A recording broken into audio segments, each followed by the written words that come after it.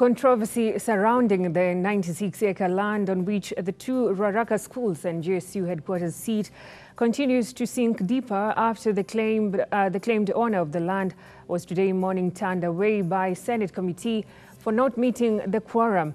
The Senate County Public Accounts and Investments Committee had invited the directors of Hewlands Limited, Whispering Palms Limited, AFRISON Import and Export Limited to appear before it, but only one director, Francis MBURU, turned up. The saga surrounding the 3.3 billion Kenyan shillings compensation for a 13.8-acre school land in Ruaraka deepened after the directors of 5 farms failed to turn up for grilling by the Senate County Public Accounts and Investments Committee. The much publicized grilling by the committee chair Moses Kajwang saw only Francis MBURU, a director of the Whispering Palms Estate Limited, AFRISON Export Limited, Import Limited and Hewlands appear. Mr. MBURU, I've been waiting for 40 years, Mr. Chairman. Order, Mr. MBURU, order. For 40 years I'm waiting. Order. But Order, it's an insult, Mr. Chairman. Order, Mr. MBURU. We want to understand why did it take you so long to be able to come now and say when the value of the land now is 5.9 billion. So what we want to do is to really give you the benefit of doubt. I've never gone to close that school. I've never demanded rent for that school for all that time. So Philip Wahome owned a third of the company at that point in time? No, they were equal. What was the position in the company? Yes. They sold the company to me. The committee's main aim was to probe the payment of 1.5 billion Kenyan shillings and the remaining 1.7 billion Kenyan shillings, which is being demanded by the directors to be settled by the government. For you to understand, Mr. MBURU, that the way this inquiry has landed on this committee is via an outcry from public.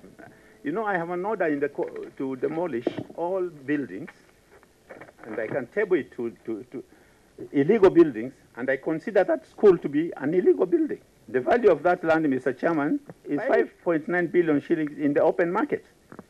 I'm taking matter to court for the rent, which is 6 billion shillings, plus interest. And is the compensation that you have enjoyed of 3.2 billion, which is part of that, from an allotment letter which was nullified? MBURU, please. I have this. It was not for submission of documents, which you can do at the next.